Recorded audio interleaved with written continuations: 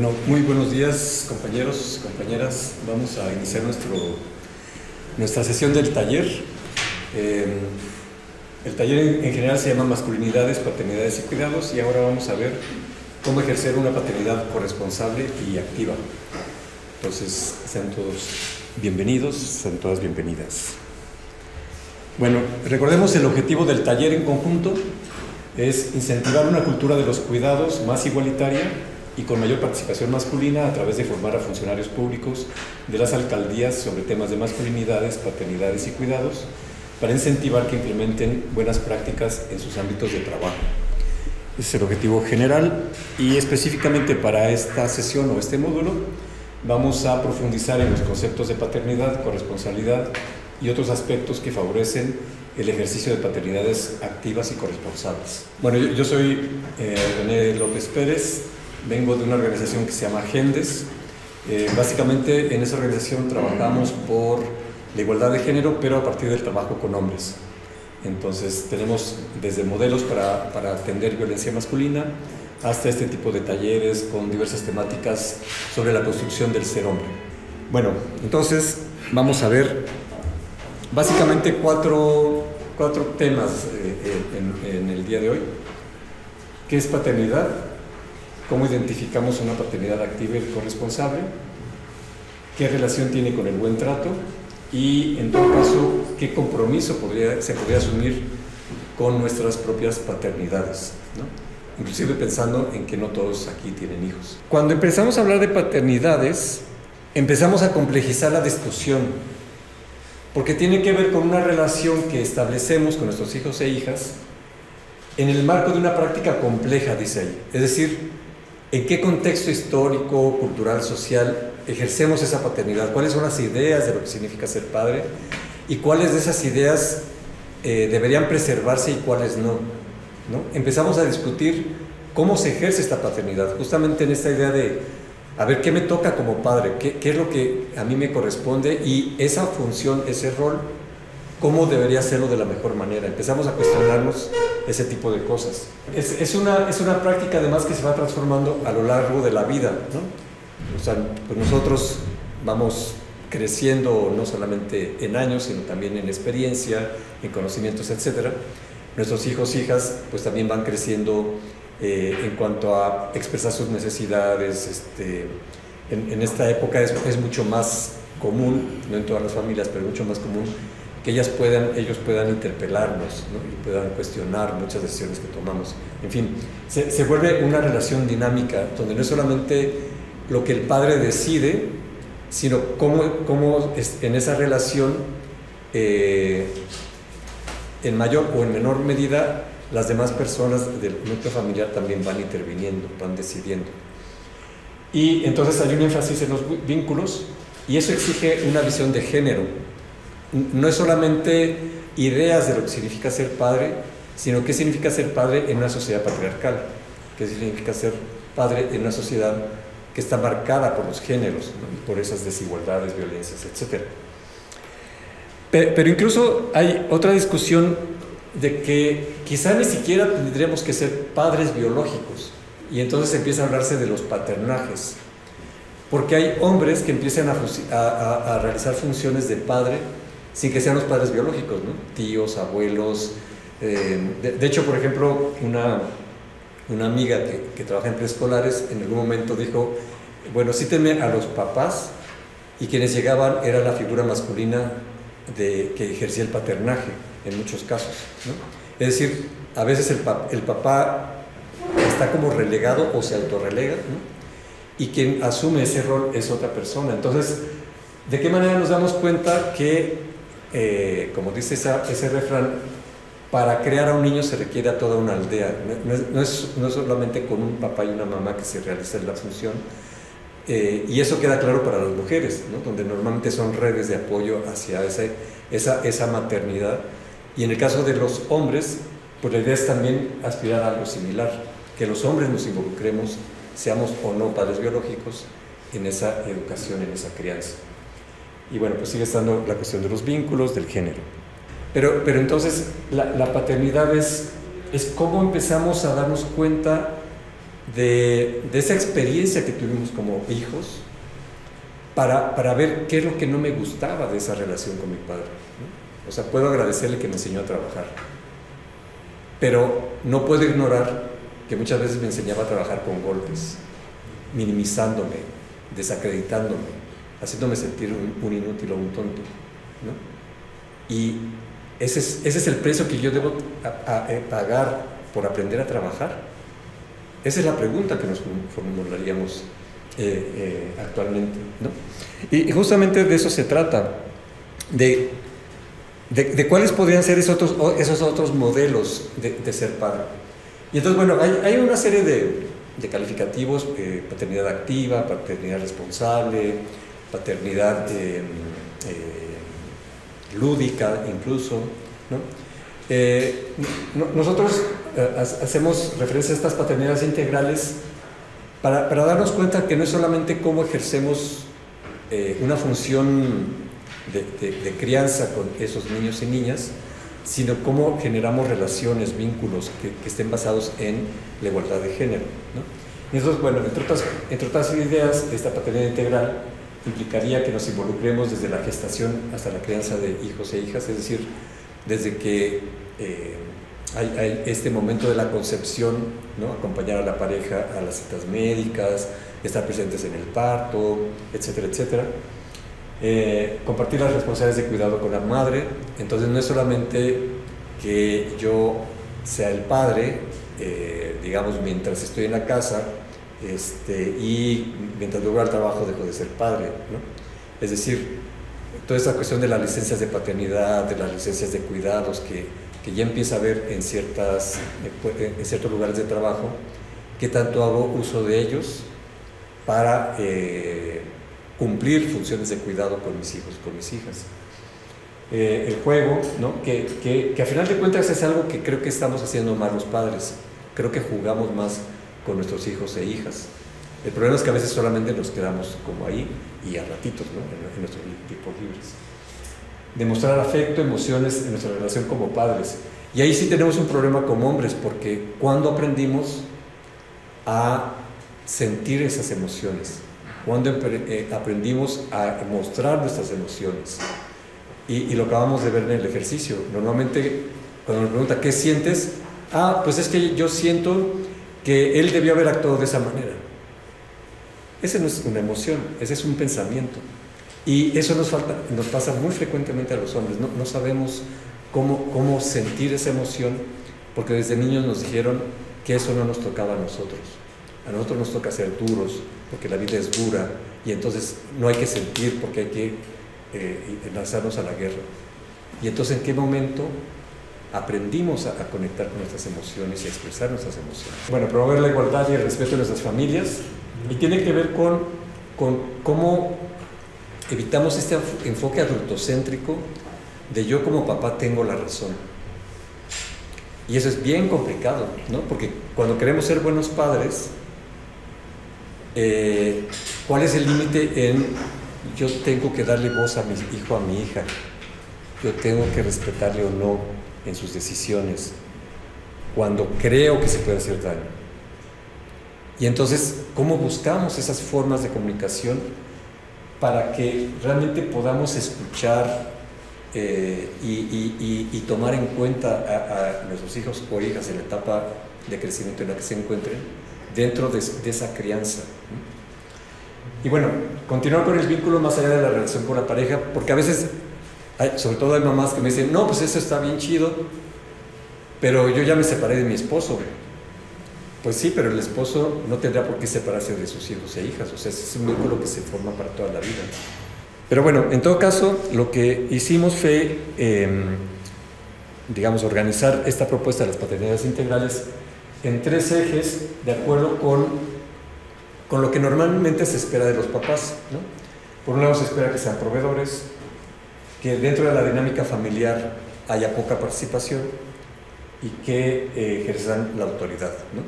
Y entonces la idea es cómo pensamos en otras formas de percibir este tipo de situaciones o de escenarios.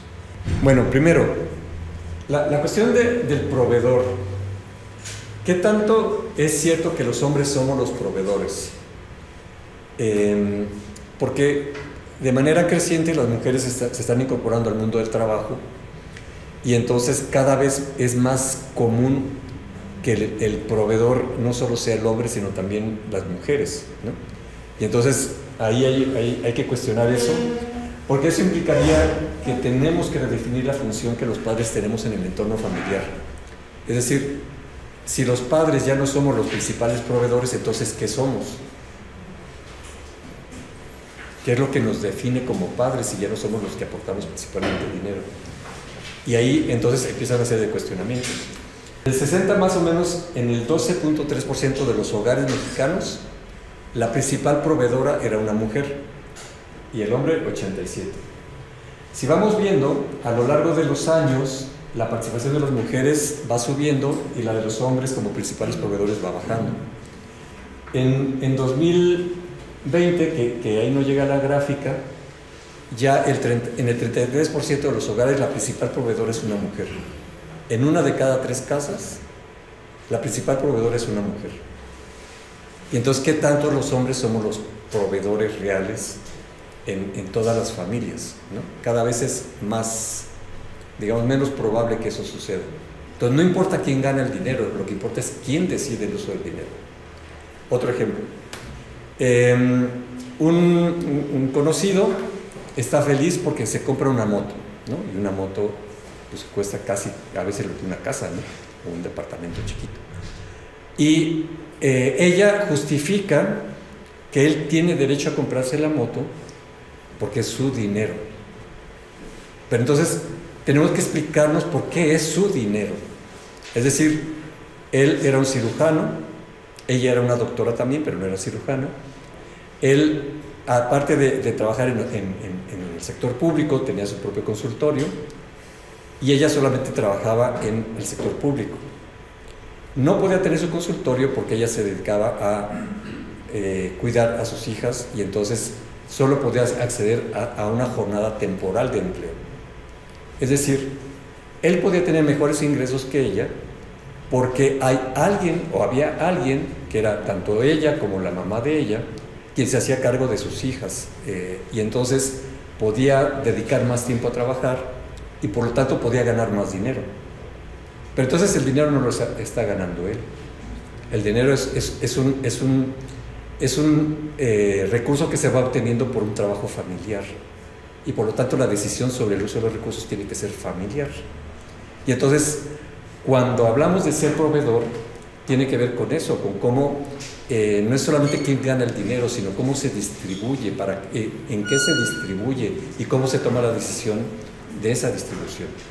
El padre es la dinámica familiar. Bueno, normalmente hay esta idea de que pues, los hombres no nos involucramos en general en todo lo que implica el trabajo doméstico y de cuidados, ¿no? Y de hecho creo que en la pandemia se notó mucho de qué manera los hombres nos sentíamos incómodos estando en ese espacio que no era nuestro. O sea, como que, pues, ¿qué hago? ¿No? Nos damos cuenta que el hogar es un espacio que requiere una interacción compleja por parte de los hombres también. ¿Por qué? Primero, hay una cuestión de justicia, ¿no? Es decir, si estamos compartiendo un espacio común, pues en realidad todos y todas deberemos colaborar en mantener limpio ese espacio, en preparar los alimentos y todo lo que implica el trabajo doméstico y de cuidados, ¿no?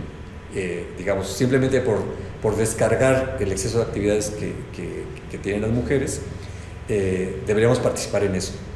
Pero más allá de eso, el trabajo doméstico estructura la convivencia. ¿Qué quiere decir eso? Que yo le puedo decir a mi hija o a mi hijo que lo quiero mucho, pero como dicen por ahí, el amor son buenas acciones y no solo buenas palabras. No es así, pero esa es la idea. Es decir, solo puedo demostrar mi amor porque hago algo, no porque lo digo, ¿no? Y entonces, ¿cómo demuestro mi amor a mi hijo o a mi hija? Pues no sé, por ejemplo, estando presentes en sus actividades escolares, preparándoles el desayuno cosas que les gustan, ¿no? O cosas saludables que les preparo de una manera que les guste, ¿no? Quizá organizando las labores de la casa, porque normalmente cuando haces las labores no es solamente una actitud mecánica, sino es también como un compartir, ¿no? Mientras estás lavando trastes y alguien está cocinando, estás platicando, estás compartiendo lo que pasó en el día, etcétera, etcétera, ¿no? Es decir, el trabajo doméstico tiene que ver con cómo vamos generando relaciones. Por ejemplo, cuando mi hijo se enferma, pues que le preparo su caldito, que le apapacho, ¿no? Todo eso va generando relaciones, todo eso va generando un vínculo. Y por eso es que las mamás normalmente son el vínculo al que acuden estos hijos e hijas, porque se involucran en esas cosas que son más importantes, ¿no? Cuando nosotros solo llegamos y tal vez jugamos un ratito, etcétera, pero no nos entendemos de las causas o de las cuestiones más profundas, pues es como, ok, mi papá ya sé que con el juego, pero si me enfermo, tengo que ver a otra persona. Si me siento mal, tengo que ver a otra persona. Si necesito algo de la escuela, tengo que ver a otra persona. Es decir, si no nos involucramos en todo lo que implica el trabajo doméstico y de cuidados, digamos que nuestra relación con nuestros hijas y hijos va a ser siempre superficial, ¿no? Y entonces, por eso es importante que también nos involucremos en eso. También porque es una pedagogía de la igualdad.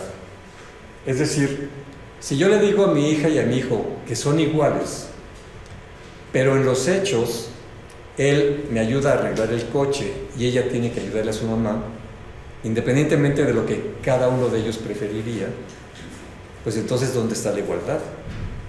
¿No? De hecho, en algún taller un padre me decía que había tenido una primera hija y que la había educado como hombre, esa fue su expresión, ¿no? Entonces todo lo que él hacía se la llevaba a ella y ella creció en esa dinámica de pues ir a escalar montañas, arreglar coches, jugar fútbol, cosas así, y pues ella le gustaba, o al parecer eso le gustaba. Y después se junta con una mujer que tenía un hijo y él dijo, bueno, pues sí estuvo chido educar a mi hija como hombre, pero ahora voy a tener un hombre, qué padre que voy a poder educarlo como hombre. Y resulta que a este chico no le gustan los deportes, no le gusta nada de lo que se asocia con los hombres, y más bien le gusta como el rollo artístico, como leer, y entonces él se frustra, porque dice, ¿cómo si por fin voy a tener un hijo y no actúa como hijo? Y entonces, ¿cómo me comporto con él si no es el hombre que yo esperaba, ¿no? Es decir, en esta pedagogía de la igualdad implica que tenemos que reconocer cómo son nuestros hijos y nuestras hijas. Habrá hijas bruscas que no quieren jugar con muñecas y que quieren jugar con los niños. Habrá niños que no les interesan los deportes y su comportamiento es más sensible tal vez, más incluso delicado, ¿no? Porque no son bruscos. Y entonces, ¿de qué manera reconocemos a la persona como es y la tratamos desde lo que es, no desde lo que yo quisiera que fuera? Porque ahí sí puede haber igualdad, porque respeto lo que esa persona es y no le impongo un estereotipo a esa persona. Y bueno, la otra es el contacto emocional, que ya más o menos lo referimos, esa dificultad que tenemos los papás, los hombres en general, para contactar con nuestras emociones, para realmente estar presentes en ese acompañamiento emocional, ¿no? Porque tenemos nuestros propios prejuicios y tenemos nuestros propios miedos, ¿no? Por ejemplo, ¿qué implica que mi hijo se cae y empieza a llorar porque le duele? Y yo le digo, no, levántate, no pasa nada, tú sigue jugando. En ese solo hecho, lo que le estamos diciendo a nuestro hijo es, no sientas. Y si sientes, aguántate. Y entonces, ¿qué va a hacer él cuando crezca? Pues va a crear un caparazón para no sentir, porque tiene que ser fuerte, porque tiene que ser osado, porque tiene que enfrentarse a otros hombres. Pues bueno, entonces cambiemos la sociedad, no hagamos estos niños con caparazón, para que, para que aguanten los trancazos. Hagamos una sociedad donde no sean necesarios los trancazos. Y entonces, el contacto emocional sí es un tema en los hombres y tenemos que empezar desde cuestionarnos ese tipo de actitudes al parecer tan pequeñas, ¿no? De no llores porque te pegaste, aguántate y sigue, ¿no? El padre como autoridad. La autoridad es un término complicado porque normalmente lo entendemos como autoritarismo, ¿no? Pero la autoridad no tiene que ver con el autoritarismo. La autoridad tiene que ver con una responsabilidad. Es decir, como adulto, yo tengo más información, tengo más experiencia, tengo una motricidad diferente a la que puedan tener mis hijos, hijas en ciertas edades, y eso me ayuda a mí a poder establecer límites para estos niños, para estas niñas. Pero no es para imponerles cosas, no es para sojuzgar o para someter, es para ayudarles a ver las consecuencias de sus actos y la necesidad de que actúen de cierta manera, pero siempre tomando en cuenta, bueno, primero a la propia madre, ¿no? Involucrar a la madre en este ejercicio de la autoridad, pero también tomar en cuenta a estos niños y niñas, de manera que las decisiones se tomen en forma consensuada, en la medida de lo posible dentro de este proceso de crianza. La autoridad no requiere violencia. Esa es también la otra cuestión que tenemos que considerar. Primero, hay estos memes famosos del poder de la chancla, ¿no? El poder educador de la chancla, que justamente es lo que decía una de las compañeras. Seguimos justificando que la violencia es importante, es necesaria para formar a buenas personas, porque un trancazo a tiempo hace que se formen buenas personas. Esa es la idea que tenemos, ¿no? Pero en realidad está educando la violencia, o lo que está educando es el establecer límites, y esos límites no tendrían que establecerse a través de la violencia. Y si lo trasladamos al ámbito de la familia, también es eso, cómo yo adquiero la responsabilidad de informarme cómo educar a mis hijos, cómo generar entornos saludables para ellos y para ellas, ¿no? Y entonces puedo empezar a negociar.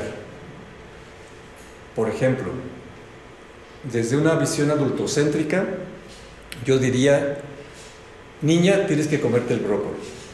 Ay, no me gusta, papá. Te lo comes. Y a lo mejor se lo come por miedo. Pero, ¿qué estoy logrando ahí?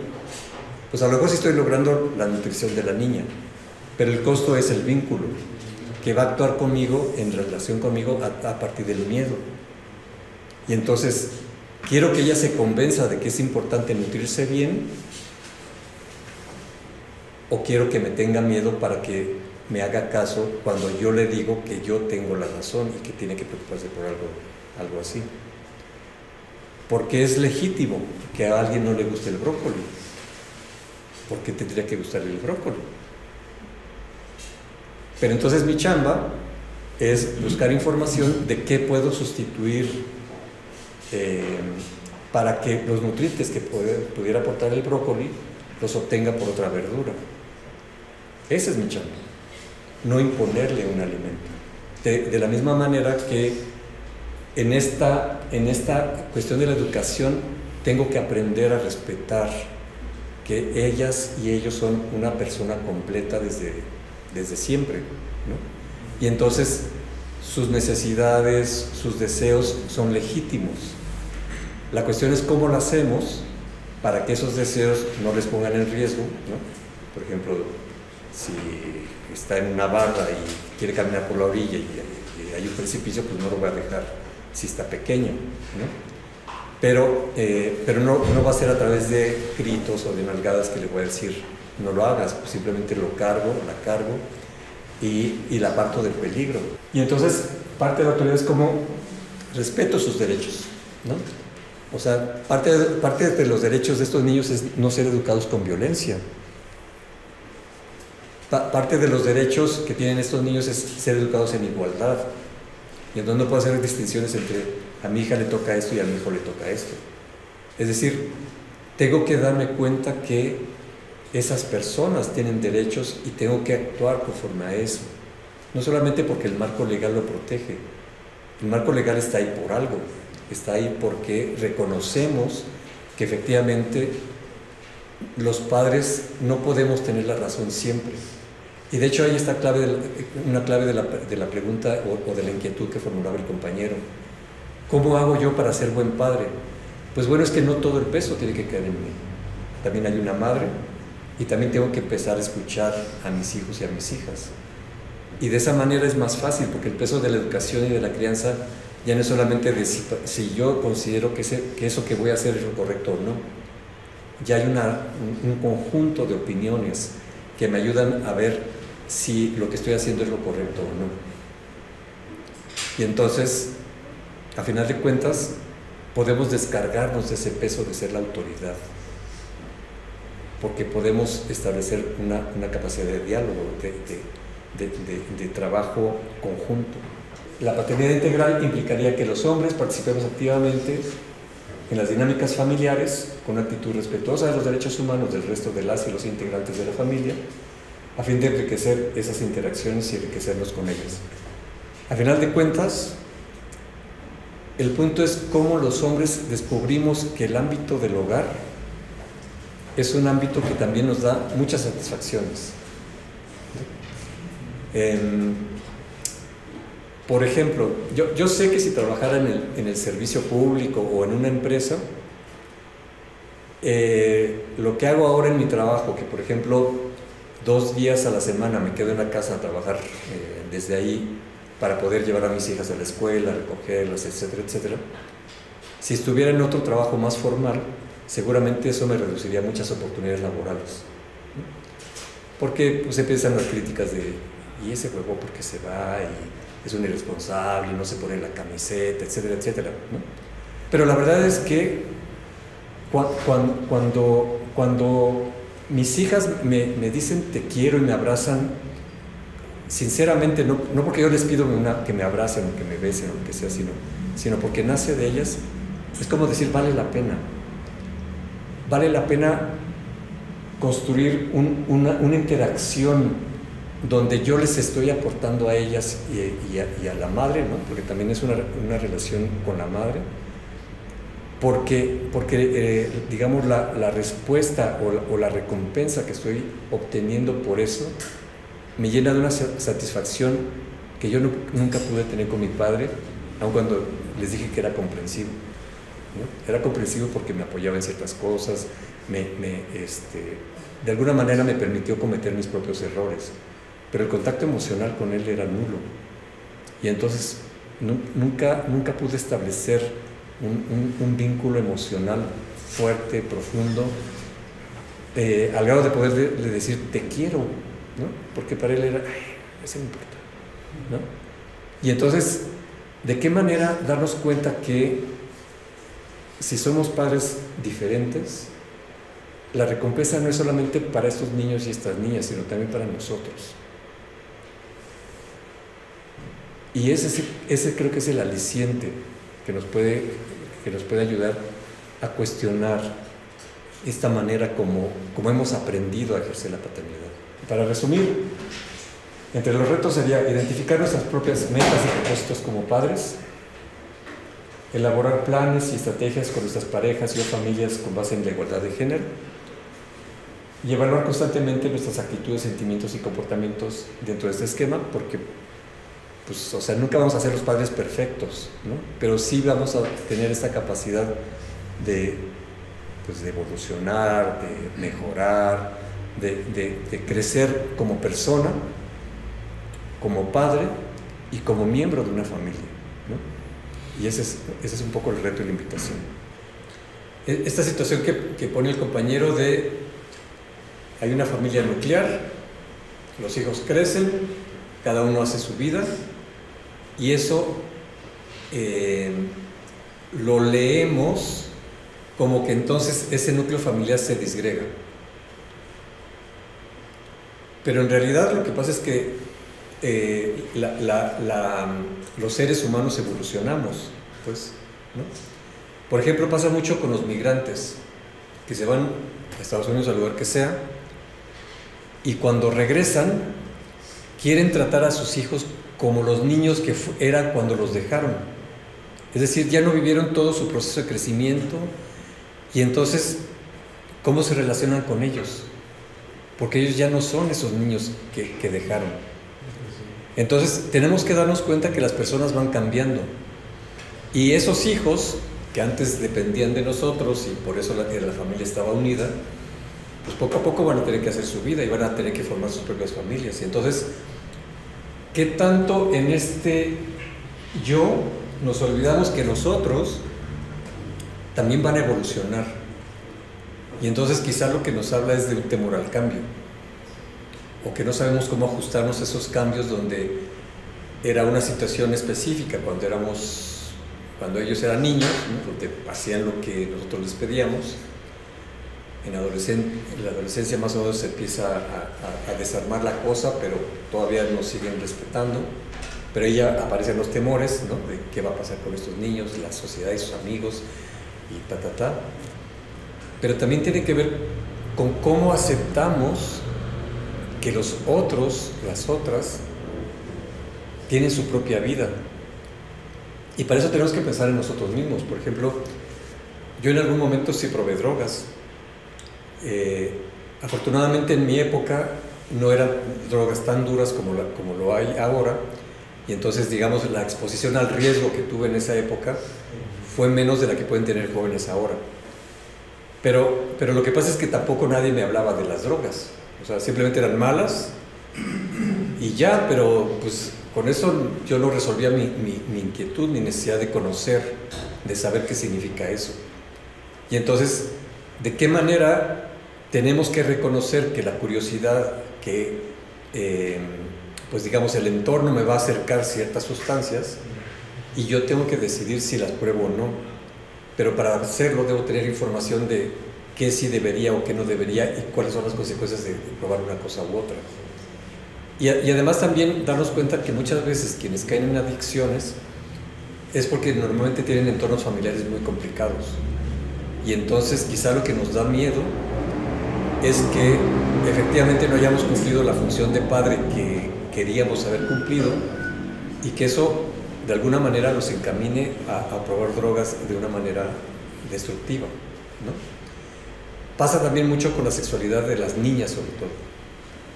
O sea, de los niños no nos preocupamos, pero de las niñas, si es como, oh, ya está llegando la señorita y va a tener novio, y ese novio, ¿qué va a hacer con esa mujer? Pues es una mujer, es un ser humano, y la sexualidad es parte de la vida humana. Y entonces, ¿cómo enseñamos a esta niña a primero que no se relacione con personas violentas? Pero entonces, ¿qué está aprendiendo en nuestro entorno familiar? ¿Está aprendiendo que las mujeres deben someterse a los hombres? ¿O está aprendiendo que las mujeres tienen el derecho, la posibilidad de exigir que se les respete, etcétera, etcétera? Y entonces, el ser padre se complica mucho porque a veces nos da miedo que esas personas crezcan, porque con ese crecimiento van a aparecer como los defectos o las consecuencias de la manera como fuimos interactuando en ese entorno. Y eso es lo que nos da miedo, muchas veces, ¿no? Claro, también en la cuestión del embarazo, pero eso se arregla con métodos de anticonceptivos, o las enfermedades de transmisión sexual, que también hay métodos de protección. Entonces, ¿de qué manera muchas veces sustituimos este miedo de que no hagan nada por darnos cuenta que lo van a hacer, y mejor les acercamos la información y les acercamos la comprensión de que hagan lo que hagan, estamos ahí para apoyarles, ¿no? Y entonces, pues ahí el buen trato se complica mucho, ¿no? Porque implica que empezamos a tomar en cuenta qué nos está pasando a nosotros, pero también a las otras personas y al entorno. Ser padre también es una posición política. Porque ¿qué es lo que me dificulta ser padre ahora? Pues los horarios laborales. Porque el trabajo está estructurado desde una perspectiva patriarcal.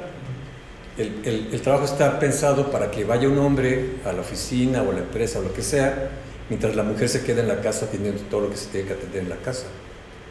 ¿Qué pasa cuando ella sale a trabajar o cuando yo quiero ejercer la paternidad de una forma diferente? Pues el trabajo no me lo permite.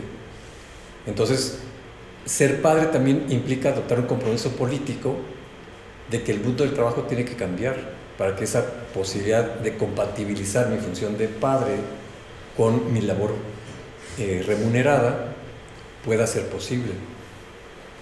Y entonces, no es solamente que me lleve bien con mis hijos o mis hijas, no es solamente que tenga una buena relación con mi pareja, también es cómo me comprometo a una transformación social que haga posible que yo pueda compartir esos momentos con mis hijos y mis hijas, con que esta sociedad no ponga en riesgo, pues claramente a las mujeres, pero también a los hombres. En este país mueren, de cada 10 personas que mueren, 9 son hombres, por la violencia generalizada, por la cuestión del crimen organizado, porque somos más arriesgados en la manera como conducimos, por ejemplo, y entonces nos morimos más en accidentes de tráfico. Es decir, esta construcción social del ser hombre también pone una situación de vulneración a los hombres. Y entonces, como padre, tengo que preocuparme por una sociedad que está generando condiciones de riesgo para mis hijos y para mis hijas. Y entonces, el buen trato tiene que ver con todo al mismo tiempo. Y a partir de eso es que podemos generar interacciones de reconocimiento y de valoración de todos y de todas. Y también generar satisfacción y bienestar, no solamente en mi entorno familiar, sino en mi entorno comunitario, en mi entorno social. Porque si solo quiero lograr cambios en mi familia, pues soy el bicho raro, ¿no?, que todo el mundo critica. Soy la excepción, que ¿cómo le hago para conciliar mi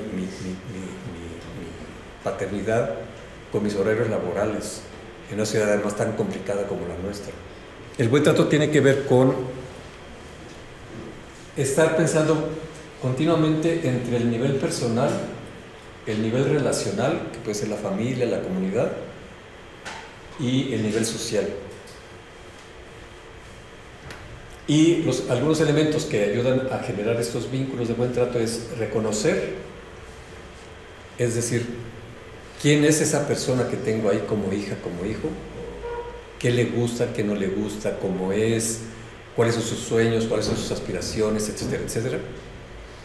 La empatía, cómo me salgo de ese esquema adultocéntrico donde yo tengo la razón, donde tengo que proteger a ese niño y esa niña, y más bien empatizo con lo que quiere, con lo que siente, y más bien le ayudo como a generar el entorno adecuado para que pueda hacer lo que quiera hacer en su vida, ¿no? Al final de cuentas, la vida se trata de eso, de que cada quien pueda hacer lo que quiera hacer en un entorno seguro, protegido.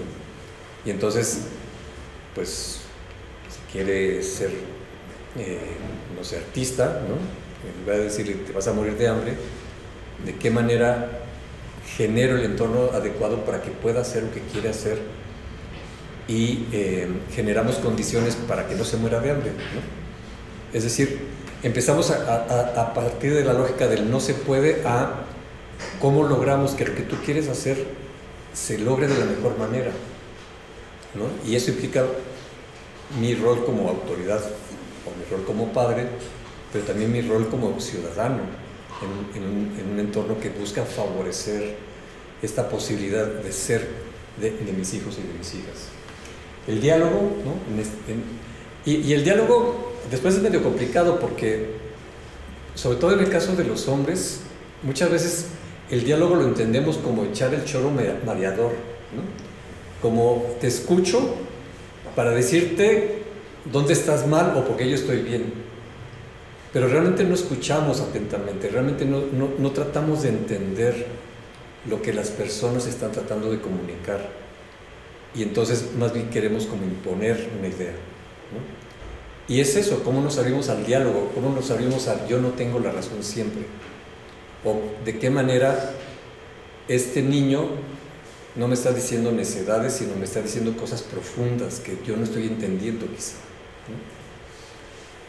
Y la interacción igualitaria. No puede haber igualdad si considero que hay una distancia, si considero que hay alguien que sabe más y alguien que sabe menos, alguien que tiene la razón y alguien que apenas está aprendiendo.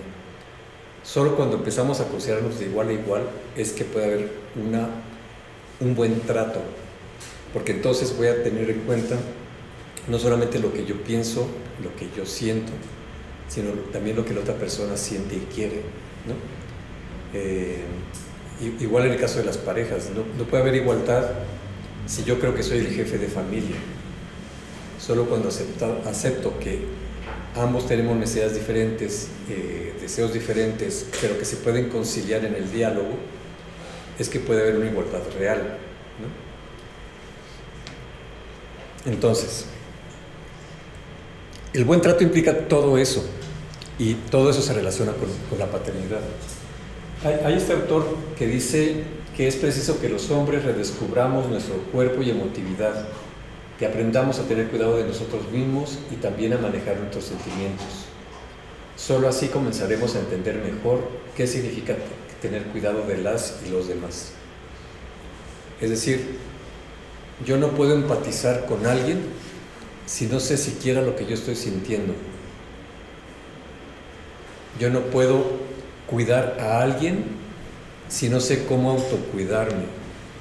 No nos preocupamos por nuestro bienestar físico, mental, emocional, porque confiamos en que alguien va a hacerlo, ¿no? Por ejemplo, si hacemos estos arrancones donde una posibilidad es que yo quede, pues, no solo muerto, sino discapacitado para toda la vida, mi preocupación no es esa, mi preocupación es ganar el arrancón, porque de todos modos alguien se va a hacer cargo de mí, alguien me va a atender si me quedo sin una pierna o si me quedo sin algo.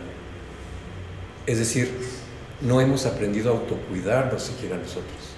Y entonces, ¿cómo vamos a cuidar a hijos e hijas de una buena manera, ¿no? Entonces, el buen trato nos interpela en todos estos aprendizajes del ser hombre, en todo esto que o hemos naturalizado o simplemente no hemos visibilizado, porque todos se comportan así, todos nos comportamos así. Pero entonces la idea es esa, como poco a poco vamos cuestionando esta manera de percibir las cosas, esta manera de vernos a nosotros mismos y de relacionarnos con nuestros hijos e hijas. Para ir finalizando, pues simplemente reflexionar, bueno, ¿qué tipo de paternidad ejercen hoy? ¿Qué habilidades de crianza identifican en ustedes mismos? ¿Y qué tipo de paternidad les gustaría ejercer? Entonces, un poco piensen, reflexionen en esas 3 preguntas y seguramente nos dará tiempo de oír unas 3-5 personas respondiéndolas.